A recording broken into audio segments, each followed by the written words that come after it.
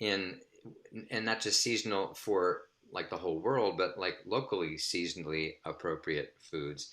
I thought this is going to be a mouth-watering event and is liable to stimulate a lot of hunger, but also really, really interesting.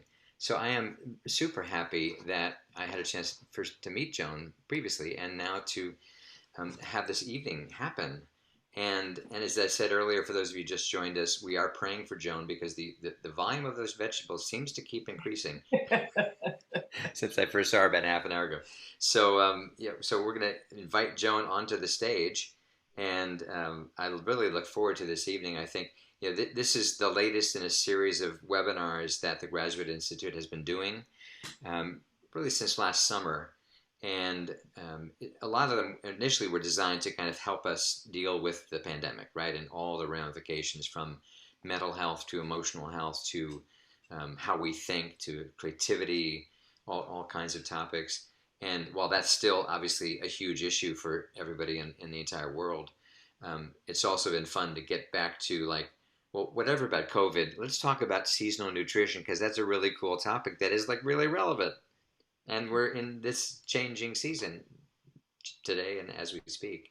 So I am really delighted to invite you to welcome this wonderful lady named Joan Palmer, master nutritionist, has her own work that she does, the Institute of Sustainable Nutrition, teaches for the Graduate Institute in our Integrative Health and Healing program, has a zillion other things that she will share with you, I'm sure, that are appropriate. But thank you all for being here, and thank you for Joan for being here.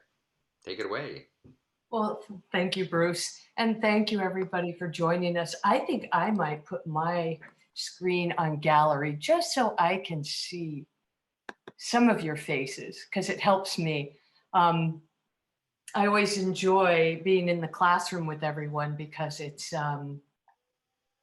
looking at your faces certainly feeds me during any presentation, but I just lost you all. Anyway, so some of you have been in class with me or as interns, and so you kind of know a little bit about my philosophy, but I'd like to share that with you now. One, seasonal eating to me it's a really important topic, and I think it's becoming much more recognized as an important topic environmentally. But I'd like to first focus on our health and the human body. I am one who does love all the seasons. I never wish away a season, even winter. We still have a lot of snow up where I am, and I'm in the northern hills of Connecticut. And there's something so peaceful about the snow, and you aren't expected to be out there working really hard in the gardens, and it's just a time to be creative and think about it and plan the gardens and prepare food and do all of those lovely things. But seasonal eating, if we're really paying attention, is really about where our bodies are, what our bodies are needing. If we're listening and paying attention, our bodies will let us know what it is that we are wanting during each season. For example, we know that summer, I'm going to start with summer. It's when all the berries, all the fruits, all the vegetables are so plentiful, and we eat a lot of those foods. We get those beautiful ripe tomatoes, we get the blueberries, the strawberries, the raspberries, the peppers, and all of those foods are really high in antioxidants, which are kind of the youth promoting aspects of food, the deep nutrition of all the summer foods that are ripe right then and there. And those are there to really build us, to build our bodies, to build us emotionally and physically for all the hard work and play of summer. Because summer is when, especially if you're in New England, it's when you want to get back out, go swim, go hike, go work hard out in the yard and go play with your friends, do all of those things. So those foods are really nourishing and building during that time. And then the fall comes, and that is a time of abundance. We really have amazing amounts of food here in New England at that time. That's when the harvests are happening. That's when there is so much choice and it's so fresh and beautiful. And we want to eat that and prepare it. But think about that first really cold day in New England. That cold, wet day, it feels like it might snow, or that really cold rain. And you stop thinking, if you're paying attention, you don't think, oh, I'm going to go home and eat a bowl of fruit and a good cold salad for dinner. Suddenly, everything turns to warm soups and stews and all that warm, nourishing food, probably a little heavier in calorie, because we tend to crave the fats then, and we tend to eat more heavily in the winter, um, a little more calorically dense. I think during COVID, many people are eating a lot more calorically dense foods. But anyway, but then comes spring. And spring, when we think about it, it really begins in February, when suddenly the light changes. And if you stood outside and felt the sun on your back, you would feel that there is something different. It would warm you. Chickens will begin to lay eggs again. They go dormant during those dark days. And they need that. They need that to replenish their own bodies. They need the rest as much as we do. But then suddenly they're laying their eggs. And people always look at February and think, nope, nothing going on. It's cold, it's damp, it's like the ugly month of the year. But really, February is when kind of the magic of the seasons are beginning to stir again. And actually, underground, things are happening. The plants are beginning to take up the nutrient and what moisture from the soil, and they're beginning to move, and things underground are beginning to move. We call that the quickening. And the quickening is the stirring, the beginning of life again. And it's interesting because the other time that we use that term, the quickening, is when a mother who is pregnant, or a mother to be is pregnant, and first feels the stirring of the baby inside. It's the beginning, the feeling of life. And so I love that image of February. It kind of can change your perception of a month that isn't the most loved month of the year. And then we get into March, and you never know. We can get days like today that were absolutely stunning, or we could have another fierce snowstorm. You just never know what's coming. But there are things starting to grow.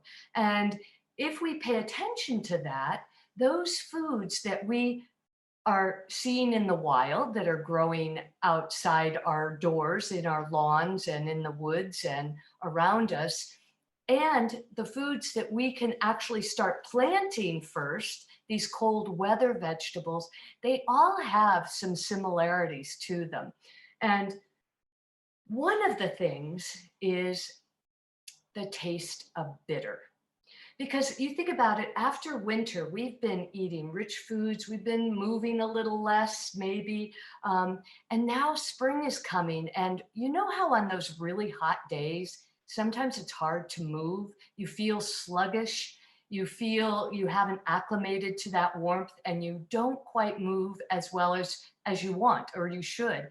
And part of that is your body is going through these changes, these seasonal cyclic changes. And by choosing foods that have some different characteristics about them, not the heavy fatty foods so much as some of the lighter foods, it really helps us to adapt more quickly to that change in seasons. And so when I always bring some show and tell, because I wanted to tell you about some of these. But I have to always, no, not always. Sometimes I start with garlic, but start with some of the ones that show up uninvited. In my yard, they're considered the treasures. but for some, they're the bane of their beautiful gardens. But first one I wanted to just briefly talk about was the dandelion. You can now buy dandelions in the store, and I know people try to get rid of them in their lawns constantly. We welcome them. We actually collect them from other people who don't spray their yards to use in different ways. But the dandelion, you can tell it's a dandelion. Look at the toothed leaf. See how toothed that is? This is actually from the store, and these are really sorrels that we get. They're cultivated varieties that are brought in, but they have some of the same traits. And what those traits are that are really great for the spring are bitter flavors. And, you know, we as a culture have really developed a taste for sweet. And so bitter flavors for us aren't as appealing. But what happens when you eat these bitter foods is it actually starts the digestive process happening. It actually stimulates more bile flow, which is going to help digest fats, and it helps with detoxification, but so do so many things.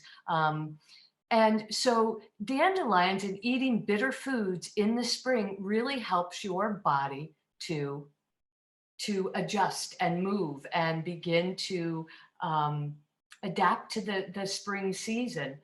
Every part of the dandelion is edible. It's an amazing, amazing ally for all of us. But it's really nutrient dense. It's got a lot of minerals in it.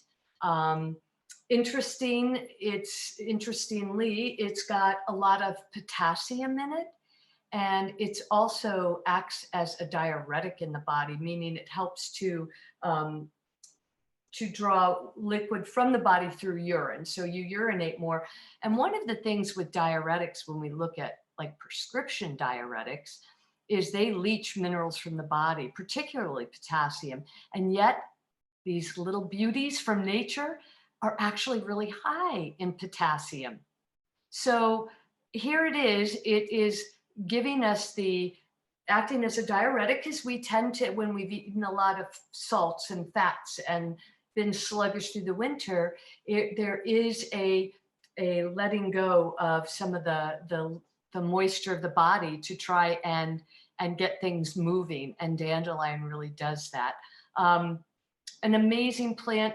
If it was the fall, I would talk to you about the root, because we harvest the root in the fall when all the energy is going back into that root. Right now, it's all springing forth from the earth and really pushing this powerful nutrient dense food out into the world where we can find it. I see there are a couple questions. Do we want to take a question, or do we want to just keep moving? Nope. Okay, I'm seeing a shake of a head. No. It's just some chat. Somebody was asking, is this being recorded? Is that kind of thing. Okay. So Okay. we'll definitely alert you if it's a question you need to.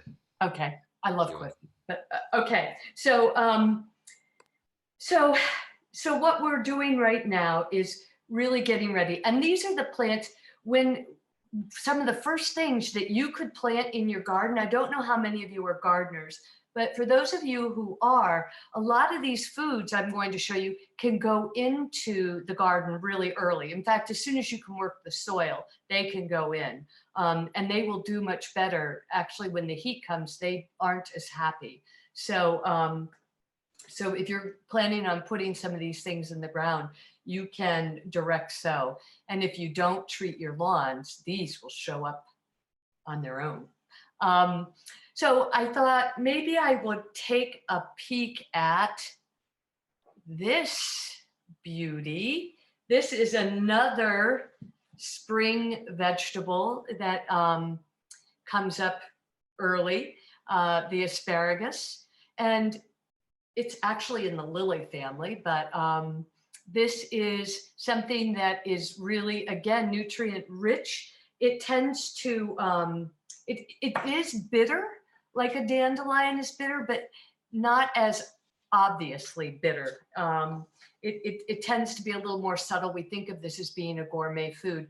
With this, with the dandelion, I didn't say how I would prepare it, but I would just either eat this raw in a salad with maybe some more tender other greens, or I would throw it into a soup or into a, just lightly saute it up with a few other vegetables, garlic and things like that. Asparagus, you want to saute, but not overly so, because you will cook the nutrients out of it and it will become, you know how you get those really soggy, kind of flabby asparagus sometimes, and they're really kind of unappealing. It's best to leave these slightly crisp when you prepare them. This actually has is really high in quercetin. Now, quercetin is a bioflavonoid. And so bioflavonoids are these higher order compounds that plants produce that act as medicine for the plant, or protection for the plant, and medicine for us. And they have to be picked fresh for a lot of these bioflavonoids to even exist in the plant. So here comes the problem with getting all of our food from out west. For those of you who are New Englanders, if that's the fact, if these higher order compounds that we really seek out, we want vitamins, we want minerals, but we also really need these higher order compounds, bioflavonoids and carotenoids and things like that. They need to be formed in the plant when the plant is freshly picked. If you pick it before it's ripe, they aren't there. So when we get these foods shipped in, they don't have all of that plant magic, all of those higher order compounds present in them. So quercetin is one of the ones that asparagus is actually very high in. And quercetin right now is really important because it acts as a natural antihistamine, meaning it helps to dry up your mucous membranes, but it also helps to allow zinc, that mineral zinc, to get into your cells. And why is that important? Because zinc is actually something that helps fight viruses. It actually stops viruses from being able to replicate and reproduce in your cells. So you have to be able to get the zinc into the cells, which isn't always that easy. And quercetin helps. So getting asparagus from the farms nearby this spring when they are in season, or if you're lucky enough to grow them and have them in your garden, you can eat them and know that you're just powering up for fighting off viruses. Joan, it's Bruce, Joan. I love this point about why buying local matters. The farm to table, buy local, those themes have been out there for a long time, and I've often thought of it as it's about freshness and supporting local small businesses, small farmers, etc. And I've been a nutrition geek for a very long time. At the same time, I didn't always make that connection. I think it's probably the way you spoke of quercetin and the importance of it, and that you're not even going to get maybe any in it if the asparagus has been picked too soon. And whereas if it's just when it's really ready, you're going to get an entirely different nutritional profile within that asparagus. So I sort of grokked that before. I mean, in general, yes, the more recent, the better. But you've just underlined it in a significant way of why that's really valuable for our cellular health. This is cool. Thank you. Yeah, thank you. That and you just brought up the whole idea that what is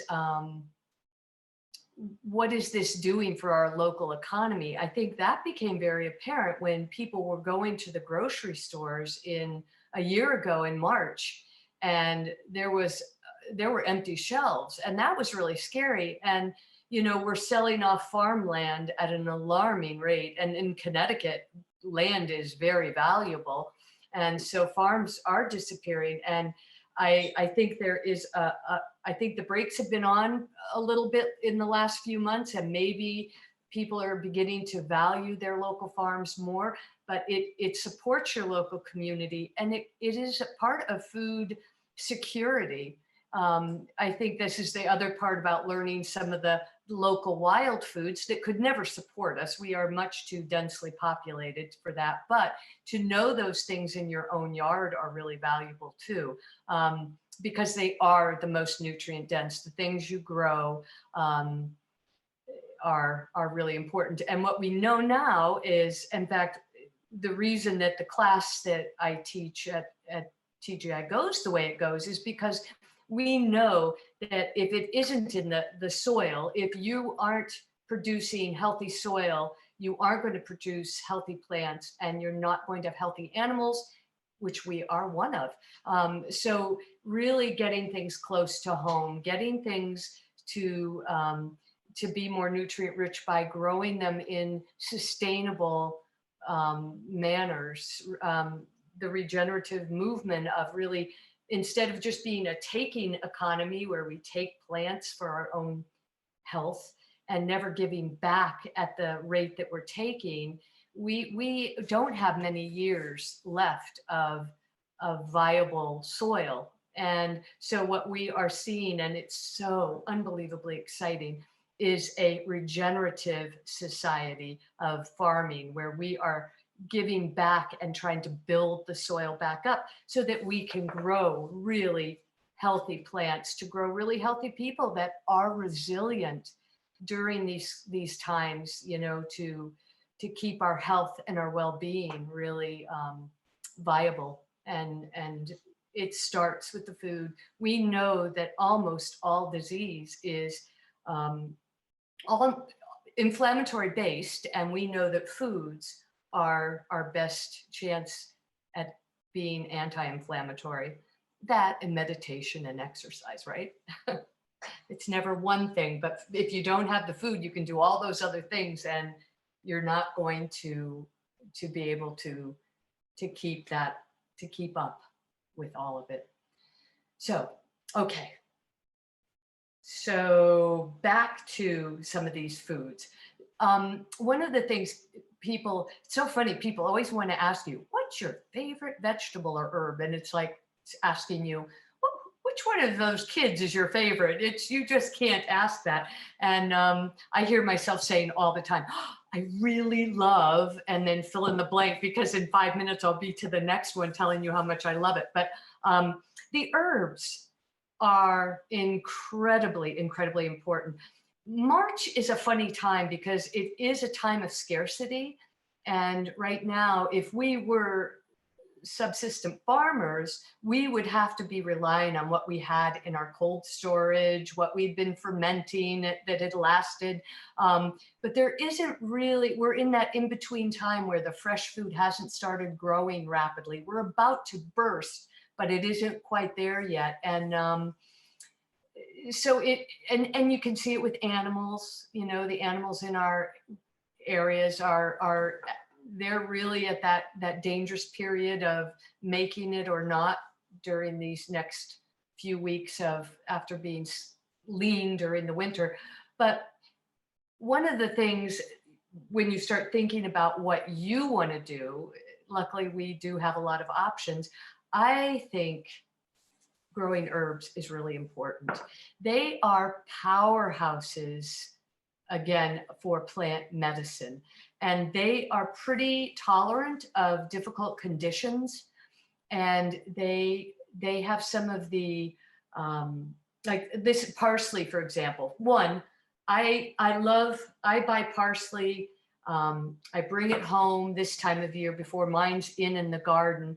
I will bring it home, chop the bottom stems off about, you know, just maybe a ½ an inch or so with a really sharp knife, and then put them into a pitcher or a glass or something of very hot water. And people are always like, hot water. Yeah, hot water, because that opens up those channels and allows the water to uptake into the plant and keep it fresh.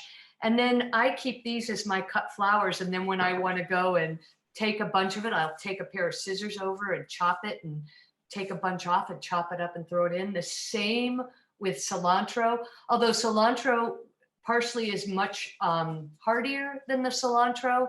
The cilantro will have a little bit of a tougher time. So if you need it to last, 4 or 5 days, I would put the cilantro, do the same thing, cut the bottom, put it into your jar or glass, and then put it in the fridge and let the parsley be the show off in your kitchen or wherever. And this one the cilantro will wait patiently. But the parsley and these really green vegetables are really high in chlorophyll and a lot of minerals. So these are considered not just nutrient rich, but also flavor rich. So I always tell people, it always cracks me up when you have this beautiful recipe and it'll tell you, now put a tablespoon of parsley in or a teaspoon of thyme, or I always say quadruple your herbs. One, it brings out big flavor in your cooking, but it also is incredible plant medicine. And so these two things, you can get really beautiful, organic, inexpensive produce in the stores anytime around here, and then start growing it. They're really easy to grow.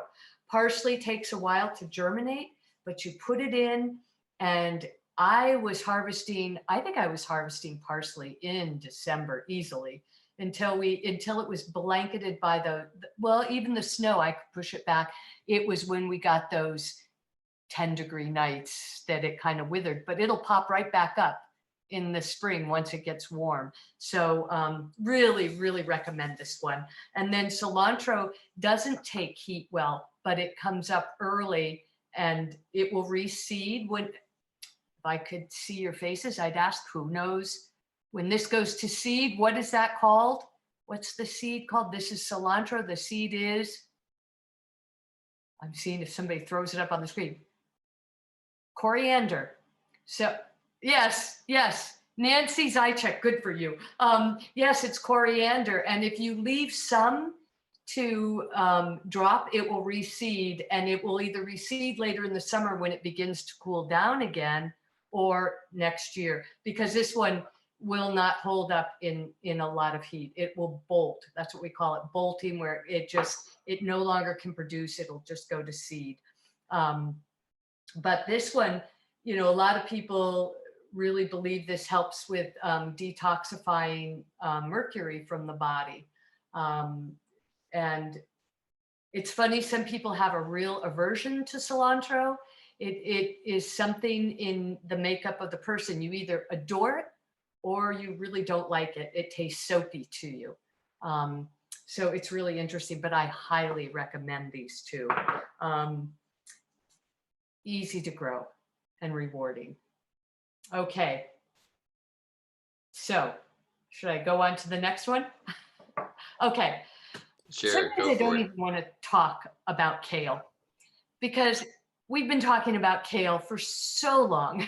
It's gotten so much press, but it also is a powerhouse. It is also a cold weather vegetable. In fact, you put it in your garden, it thrives. It thrives in the spring. It comes up. I have it reseed all over my garden. I let it just be wild in my gardens.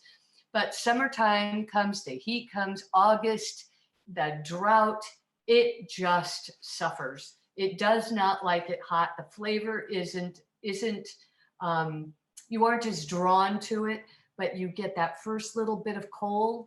And actually, a lot of these plants will produce more sugars in them and to keep them from freezing, and they'll be around forever. So you can pick this for a long time. But to get this in early in the spring is really important. This one is, we call the class I teach the art and science, and it's because look at that. How beautiful is that? Look at the colors in there. Look at that. It's just amazing to me. So this Kale is actually in the cruciferous family, the brassicas, and so is this one. This one is a it's broccoli rabe. Well, actually, it's broccolini. I thought I was picking up broccoli rabe, and then I looked, and it was broccoli. But they're in the same family. So, what are some of the others plants that are in this family? They all seem to be cold weather. They like it early in the spring. There's cabbage, bok choy, kale, collards. Collards are so sweet, so good. We don't use them enough in this region, but they are by far a sweeter, more delicious cruciferous vegetable.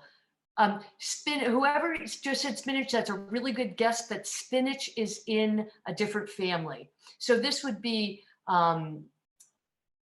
broccoli, cabbage, cauliflower, bok choy, all of those. And these are really high in sulfur compounds, and sulfur compounds really help the liver to do the bazillions of jobs it does, but one of those being detoxification. But it's always detoxifying. You know, we don't need to have a season to detoxify the body. You need to assist it all year round by eating really well, because your body is doing that all the time. We don't need a specific big splurge on. I mean, there's a place for everything. But what I think is the best thing we can do for our health and our detoxification system is to eat really great foods all the time. And this family is one of them. The sulfur compounds, they're really protective against cancer, and really help with detoxification. So these can be bitter and a little bit hard for kids initially. I know people hide them in smoothies a lot. One of the things I like to do is to take it and you just strip it.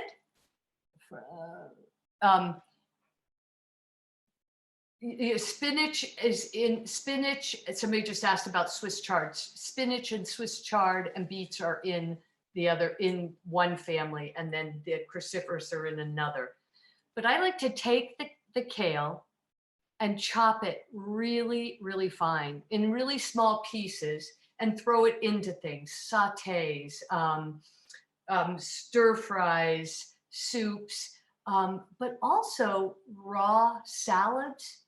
And if you chop this really fine and then do a lot of garlic, which is also high in sulfur compounds and helps the body to detoxify, and olive oil and lemon juice, and really good Parmesan cheese, and you make a raw salad with it. It is pretty spectacular. And then I say, save your stocks, which are harder to eat, and especially for children. I don't know how excited they'd be. They're a little tougher, but if you're doing a soup or a sauté, you can chop these up pretty small and throw them into. We shouldn't be composting all of this as wasted food. It is edible. It's just not delicate. Okay. All right. Bruce, no questions, huh? We're all enthralled, Joan. We're enthralled with this. So, I mean, maybe people have some questions. We're happy to take any. Go ahead and put them in the chat, folks. If you have a question, just throw it right in there.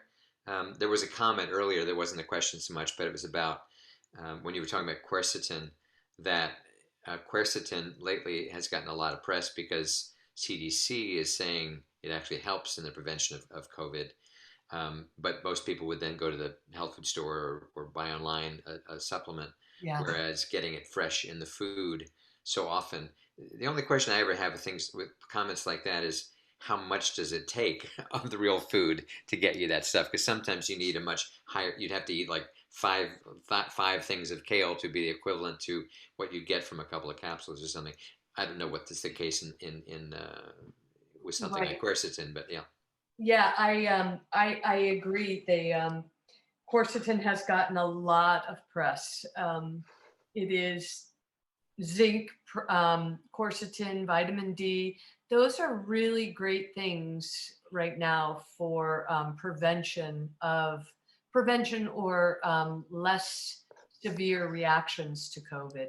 Yeah. And again, because quercetin helps that zinc get in to the cell and um, and then stop those viruses from replicating. And that was the same thing. Somebody asked me, "Oh, would you talk about elderberry?" And I know that that had been brought up in another class.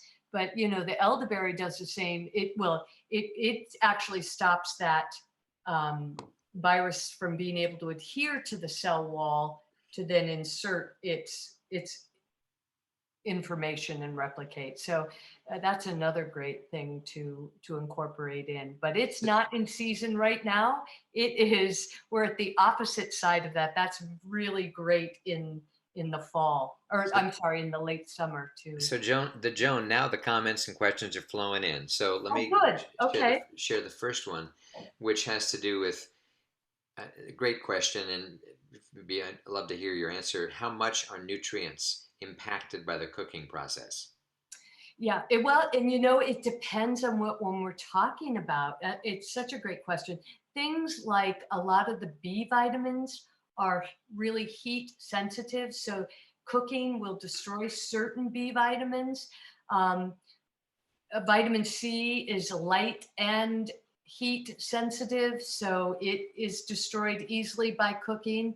But then minerals, magnesium, zinc, all of those really important minerals that we seem to be very much lacking in because of our depleted soils, those are actually um, more bioavailable with cooking. And some of those higher order compounds that we were talking about, those plant medicines, are more bioavailable with heat and fat. So, for instance, things like lycopene, which is in the tomato. And, you know, it's supposed to be great for men's prostate, and it's gotten a lot of press. And it's actually with heat, with cooking and cooking with some fat, it is more bioavailable to us. When we make a soup and we cook vegetables longer than what we would think is, you know, they're not that crisp, they're a little bit more tender, we're helping to break those cell walls down, which we don't do really well with our teeth. Um, we we break those cell walls open with heat, and those minerals are released, and they aren't destroyed. So you've got a mineral soup when you cook a lot of things in that hot water. You will lose your vitamin C, but you eat raw foods for vitamin C and certain nutrients, and then you eat cooked for others. So that's a great question, and it's a mix, right? That's So a we, great that's a great answer. The distinction you're making, because so often in the years that I've studied nutrition, which is wow, shockingly over 45 or something, there is a large segment of the population it's all about raw. It's got to be raw. If you're not eating raw vegetables, you're not really getting, because the implication is kind of the value is all cooked out of it. And you're one of the very first people I've ever heard who makes that distinction, that, well, yes, certain things are cooked out, no question. On the other hand, as you just said, certain minerals become much more available through cooking. So cooking right. is not automatically a bad thing. Many people overcook and cook things that could be eaten raw for more pleasure and more benefit and more value. But that's a great distinction. Thanks, thank you. Yeah, well, and I think that this is one of the things when I start the class, I really like to talk about a little bit about food philosophy, because I think what's happened in our world, but our society in general, is that we've gotten very um, slotted.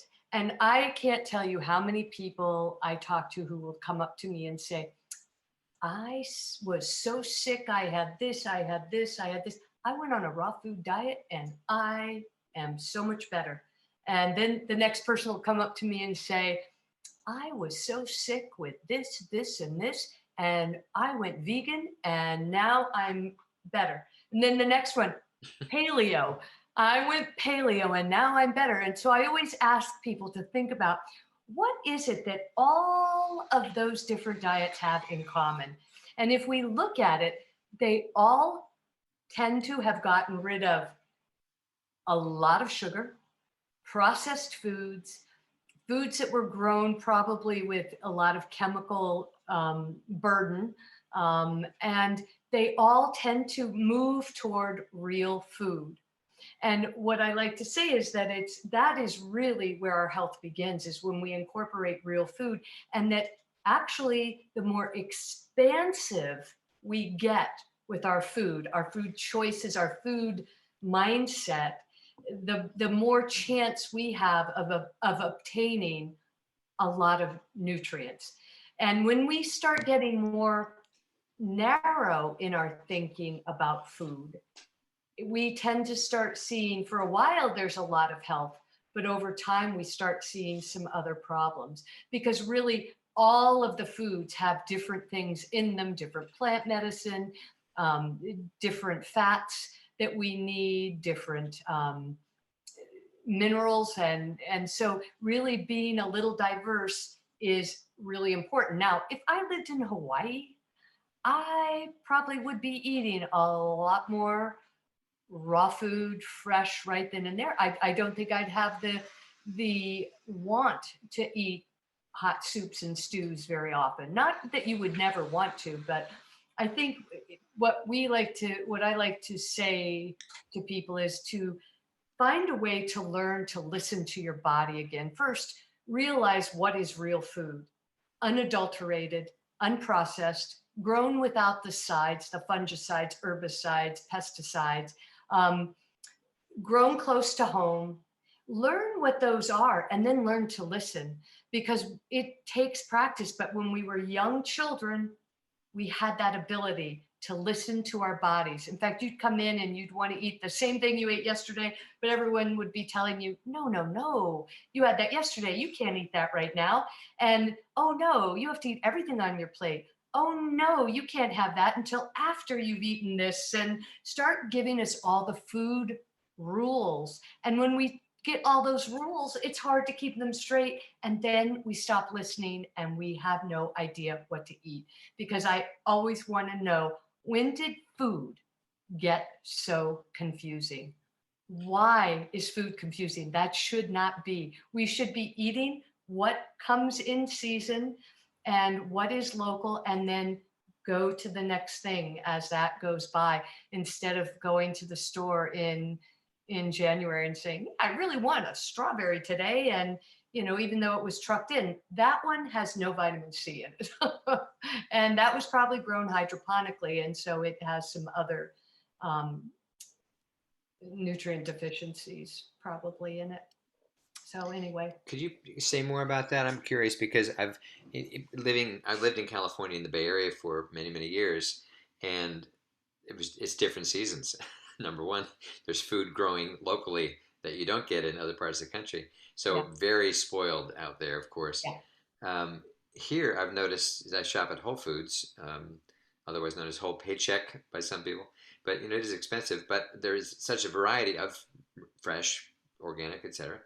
Um, and I had never noticed until being in this region the amount of the organic vegetables that are hydroponically grown, especially lettuces and those kinds of things, because of course that's not seasonally local here. And so I see those and think, oh, that's a good thing. There's organic and hydroponic, great. At least we get that, and it's local, so to speak. But what is the difference? Is it sort of like with cooking? It depends. But is there a significant difference nutritionally when foods are grown that way? Well, okay, so you're talking to the person who has strong affiliation with soil and the soil Yeah, microbes and yeah. to me, my um, view of that is that it's kind of like taking a person and giving them all their nutrition through supplements and never giving them real food. Mm, It to me, hydroponics is chemically grown. It's not, there isn't soil. So what soil does is all of those nutrients that are in the soil are made available to that plant by the bacteria and the life, the bacteria, the fungi, and all of the other life in the Mm. soil. Hmm. And so as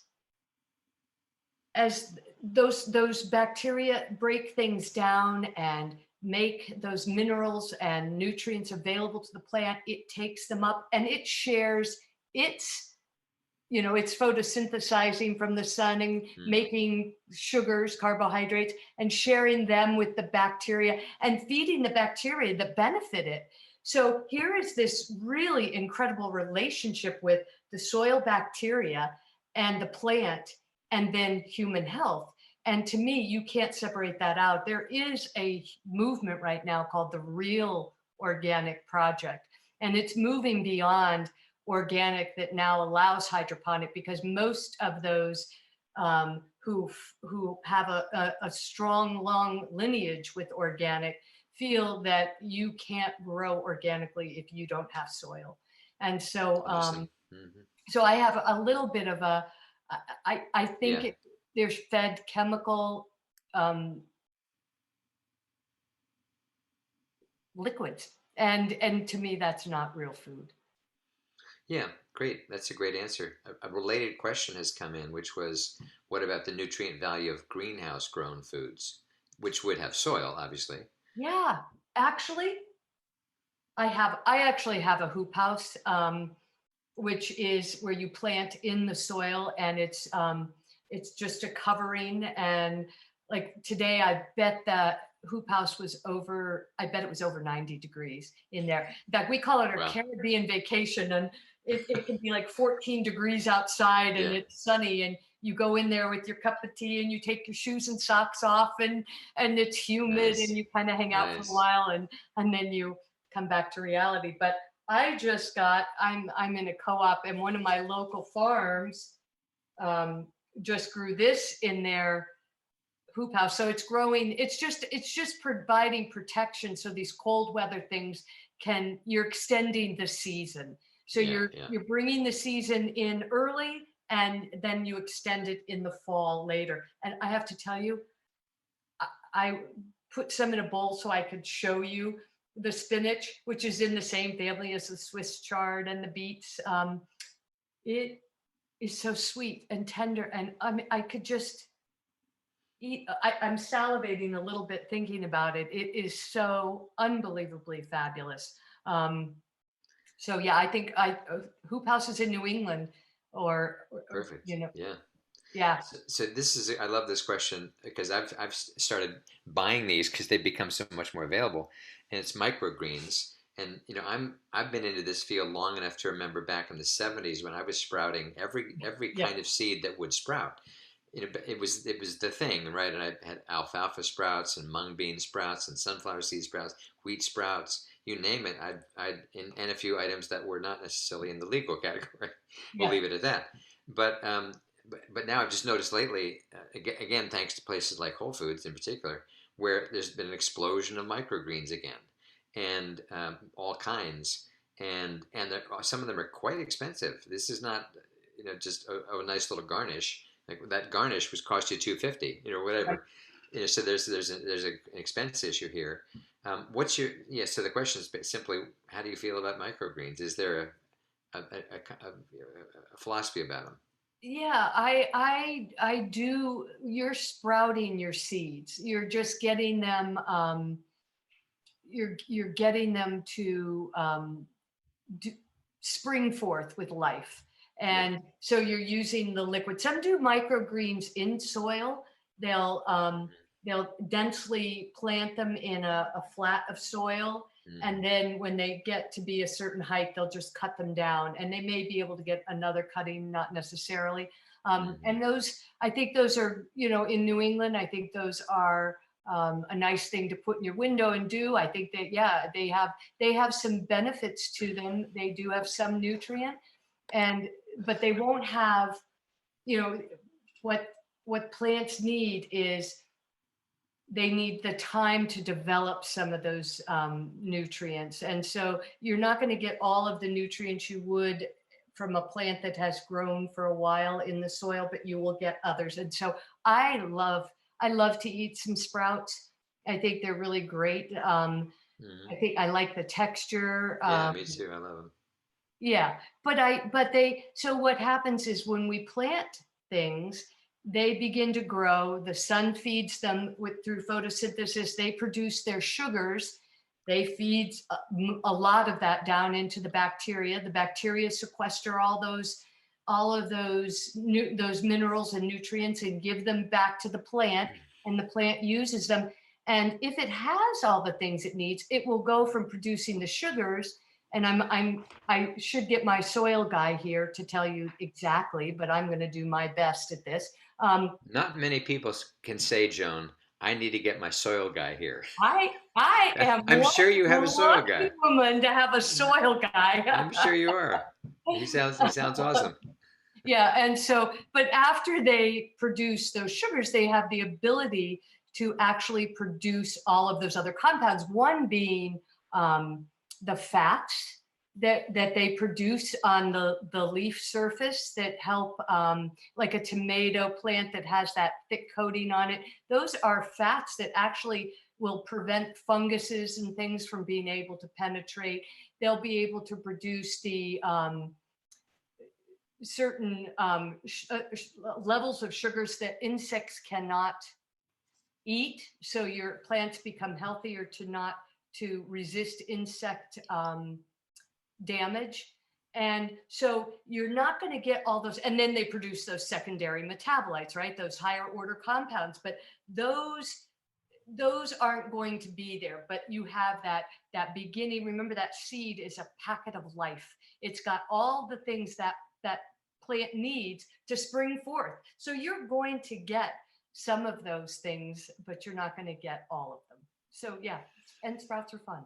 Fantastic answer. Well, let's do, just for a couple minutes, because we're getting close to the top of the hour, segue a little bit more in how your work and the institute, the Graduate Institute, have dovetailed so beautifully. I've heard so many rave comments about what you teach, and just in these last 50 minutes, you have this delight of a child that is also really wise and intelligent about it all. And that's part of what in fact, now I'm remembering another person you remind me of. There's a woman who is the dean of the College of Health Sciences at the University of Delaware, who was a client of mine back in the Heart Math days, and her name is Dr. Kathy Matt, and she gets so delighted. She's in our age range. She's not 12. She gets so delighted hearing about things, and that's what I find from you is like kale. Like, take a look at this kale, and there's a genuine enthusiasm, and it's not just it's not like you're just a kid. It's more like a wise appreciation for the power of food, and to not just help us be healthier, but the fun and the power of food. So there's a lot in how you present that I love, and I can see why people are so fond of you in the program, and while in our Integrative Health and Healing program for the Graduate Institute, your program about, is it the art and science of eating? Of eating.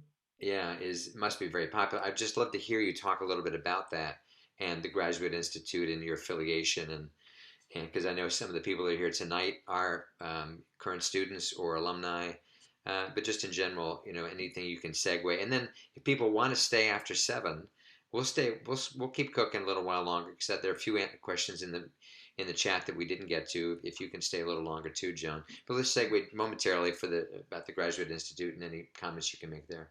Yeah, it's been a really important relationship for me. I've been with the Graduate Institute since, I think, 2000, maybe 2011, and it's just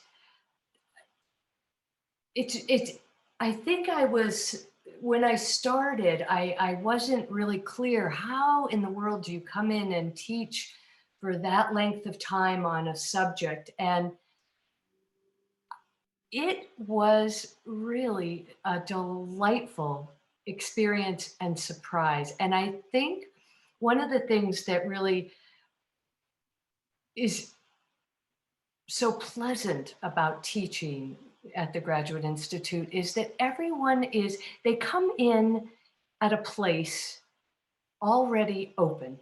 And so when you talk about things, no one is, it may be new to them, but they are so enthusiastic. They're lifelong learners, they're open-minded, and that allows the time in the classroom to really just, for me, to fly. And so I'm teaching one of the cohorts in a week from this Friday, Saturday, and we're going to cook. I was terrified of Zoom when I had to do a cohort earlier during the pandemic, and I said, no way, I'm hands-on. I can't do Zoom. And I ended up coming in and doing a Zoom class with, I sent recipes. We all fixed dinner together. We ate dinner together. We did some of my practices that, about just the gratefulness of understanding what we have available to us. And we did that. I sent them on a foray outside. We made a fermentation together. It was so delightful and so much fun. I was a convert. I said there's something even lovely about working with TGI students who are on Zoom. And it was really, You make it really work, don't fun. you? You make it work. Yeah. I think there's so many people. There's some lovely comments in the chat right now, by the way, Joan. One being from Maria Urson, that you're phenomenal. The weekend in residence at your farm was a high point of the studies. So this is somebody who wasn't a part of IHH, and so she's thanking you so much for the evening. Cheryl Martinelli, who says, I could listen to this lovely plant queen for hours. Her internship was amazing. So you referred to internships, but we have some people here who have had that experience with you. Ann Cox also saying one of her favorite experiences at TGI in the Integrative Health and Healing program was the weekend with Joan. So clearly you got a lot of fans out there, Joan, Yeah. and I can see why. I mean, as I said before, a combination of the enthusiasm, the genuine enthusiasm, and also very balanced. I loved what you said about all the diets. People who just are convinced it's all about raw, and if it's not raw, like any of you who are not doing raw, you're off your rocker. And then others that it's like it's all about vegan, and all you poor people that are still eating anything from an animal. And then others that are saying it's about paleo. That's how we were meant to eat, guys. And absolutely convinced, and all have wonderful testimonials. It's not like they're lying. It's not like they don't mean it. They're not passionate about it. And to me, in my journey, I've had very different, distinct phases in my life of how food has how I've dealt with food and nutrition and supplements and all these questions based on what I was going through, where I was living, and I've found that it's more of a journey than anything, Yeah. because things do change. Kind of like this, you talk about this, the actual seasons, and I think there's those seasons of our life that change. Like there's kind of the springtime of our life, et cetera, that can require different nutrients and different levels of rest and all that kind of thing that aren't just about the actual seasons, but about phases we're going through. And the ability to be honest and tune in to what do I really need now, no matter what my brain wants to tell me it should do, or what society says, well, wait a minute, it's summer. Why would you do that? Well, because that's what I feel my body is telling me that's what I need to do right now. Yeah. So I love that approach and that you're taking, and it feels very wholesome, very allowing. Thank you.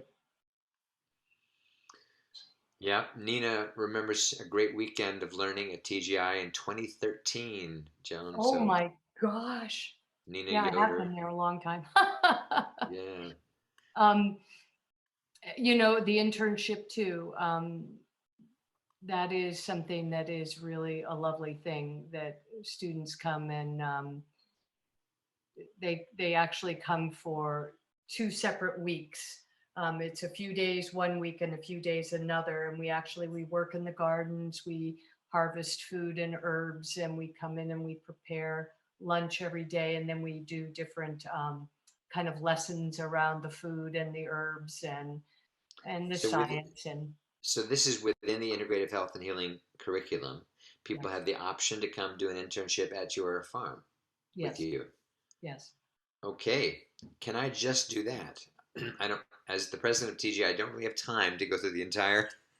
I just Well, want to intern at a farm. That sounds super cool and refreshing.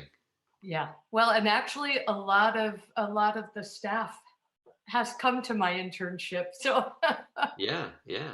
Well, um and somebody just asked if I had anything published, and I do not, but my soil guy has a book that he just published and is number one in England in 4 categories. And last weekend was number one in 2 categories in the US, sustainable agriculture. And it's, oh, I'm such a lousy plug.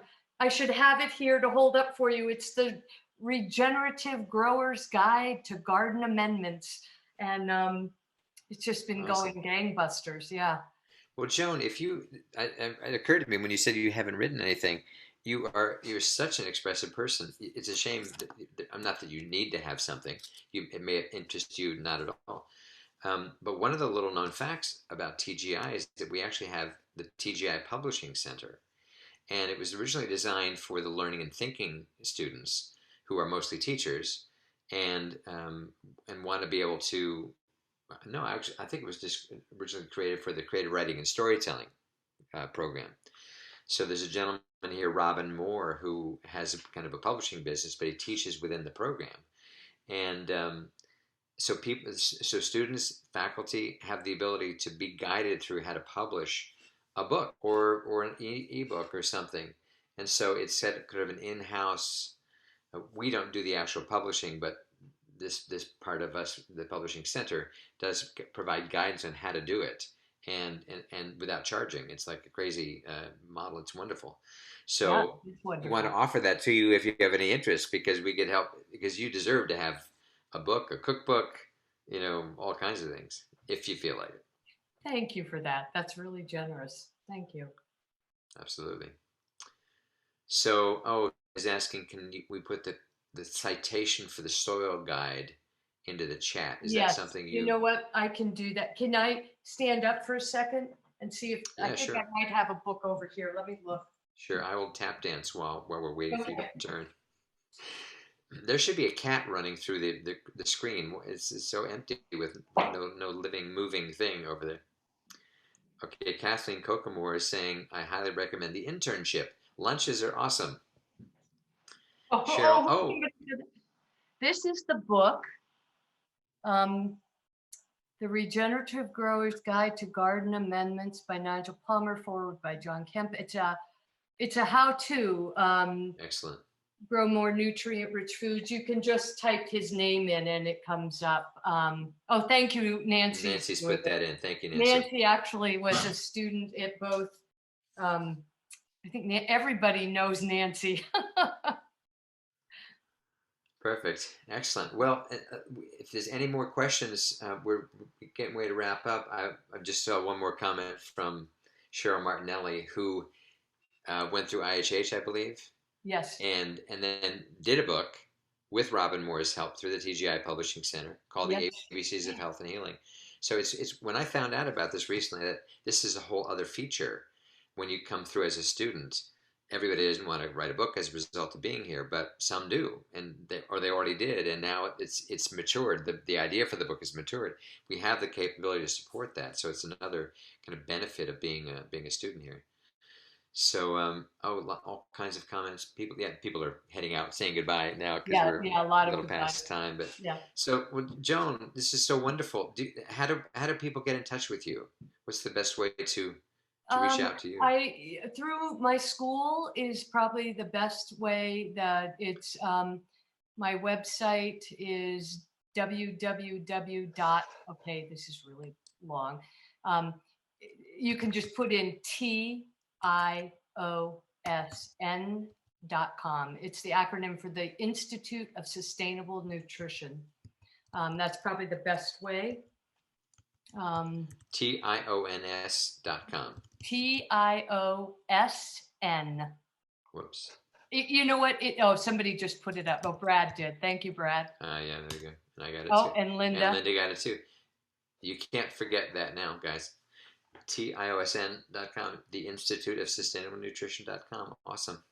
Yeah. Thank you Well, for asking that. Yeah. this has been a treat on a warm summer night in Connecticut to get have all this living energy and living foods Mm, and inspiration about it. mm. It's just really been a joy, Joan. Thank you so much for tonight. Thank you for all the years you've been working with us and creating a fan club and educating and inspiring. You're awesome. I would love to sit in on one of your sessions sometime, Oh, more sure. than just a webinar one. Yeah. Thank you. Yeah. Thank you. Thanks for thinking of me and inviting me. Absolutely, absolutely. And to all of you who are here tonight, thank you for being here. It was a lot of great. I could feel the great energy and comments, and those of you who went through Joan's programs, you know the richness of it. And those of you who are still kind of checking us out, as I see Barbara, I'm not a student yet, but hoping one day to be. We hope you do too. There's so much here at TGI, the Integrative Health and Healing Program, of which Joan's program is one of many fascinating, brilliant Mhm. components of one of the program areas that we have. We have 5 program areas, and integrative health and healing is particularly close to my heart because, as I've indicated, I've been really intrigued by this field for my own health, my own laboratory, meaning me, for a very long time. Yeah. But it's a fascinating area. I think many people are awakening to this is the time to get smarter about all this stuff. And yeah, COVID was the kind of scary reason for why, but then after you get past just the fear reason, it's like, well, this is just a better way to live. You just feel better, and on Feel every good. level you feel better. Yeah. Yeah, in the body, but also just it just feels more right. Eating all the packaged stuff, all the frozen stuff, all the sweet stuff all the time. It's just like after a while, it's like, wow, that really was an addiction. It really was. Yeah. It's so nice not to be. So thank you so much, and yeah, and to all of you, thank you for being here. We've got a lot more events coming up over the next month or so. Our next cohort start in April. So spring enrollment is happening now. Those of you who want to check us out more, go to our website, which is how they got this URL. I still don't know. Learn.edu. That's the Graduate Institute's website. Learn.edu. All the programs are listed there, all the application information, if those of you are interested. We do have what's called a tuition waiver still happening until the end of the month, meaning $1,000 discount for, I'm not supposed to use the word discount, but a reduction in the enrollment fee of $1,000 up until the end of March for the master's programs and 800 for certificate programs. So there's a lot going on with the Institute, a lot of growth happening in this coming year, and we hope you stay in touch. And thank you all for joining tonight. And happy health. Stay safe, stay warm, stay healthy, and stay loving. Thank you all. Good night. Bye. Thank you, Joan, so Thank much. you. Good night. Bye, Nancy. Good night.